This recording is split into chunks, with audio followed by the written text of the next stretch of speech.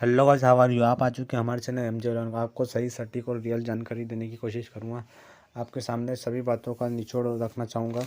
क्या क्या सावधानी, क्या क्या नियम पालना पड़ते हैं पोल्ट्री फार्म खोलने के लिए, और सभी जानकारी आपके सामने शेयर करूँगा। तो वो कुछ स्टेप है आपको फॉलो करना पड़ेगी, जिससे आप अपने पोल्ट्री फार्म में अच्छी अर्निंग, बेनिफिट और अच्छी इनकम जनरेट कर सकते हैं। तो कुछ स्टेप है। पहले स्टेप यह है कि आप जब भी अपना पोल्ट्री फार्म ओपन करें तो आसपास की दीवारों या फिर अंदर की दीवारों में छिड़काव करें जाए, ताकि बैक्टीरिया मर सके। सेकेंड स्टेप यह है कि जब भी आप पोल्ट्री फार्म ओपन करें तो लैंप या फिर रॉड या फिर हेलोजन का यूज़ करें। 500 वाट की रॉड अति आवश्यक है। इन्हीं रॉड का उपयोग हर पोल्ट्री फार्म फार्मर करता है।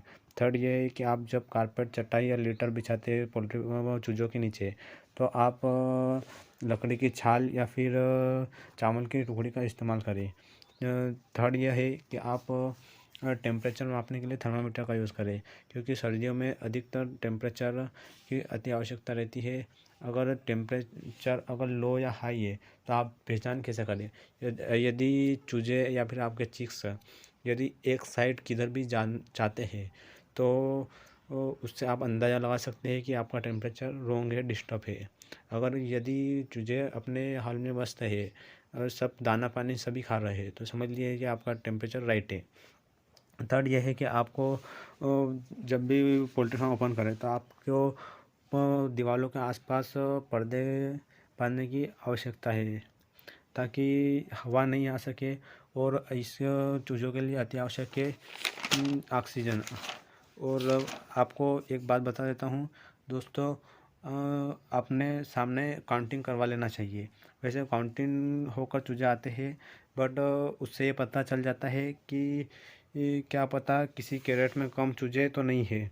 अगर कम चूजे हो तो डिलीवरी बॉय देता है, इसीलिए जो एक्चुअल काउंटिंग वही काउंटिंग मानी जाएगी। काउंटिंग होने के बाद जब